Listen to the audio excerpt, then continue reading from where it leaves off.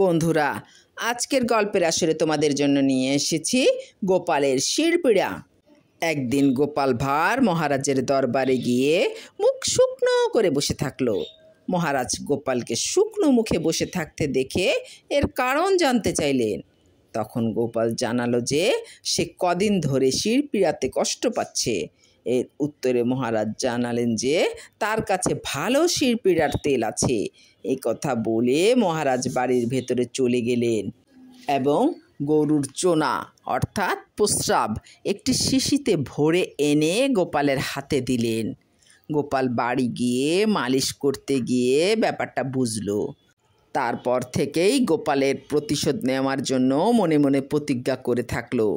এদিকে মহারাজ প্রতিদিন মলত্যাগের পর জল শৌচ করে 7 বার মাটি দিয়ে হাত ধুতেন ও পরে খৈল দিয়ে হাত ধুয়ে শুদ্ধ হতেন।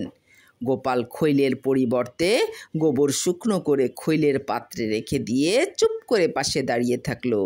মহারাজ খৈলের পরিবর্তে গোবরে হাত দেওয়া মাত্র গন্ধ পেয়ে গোপালকে জিজ্ঞাসা করলেন, গোপাল, খৈলে এত দুর্গন্ধ কেন?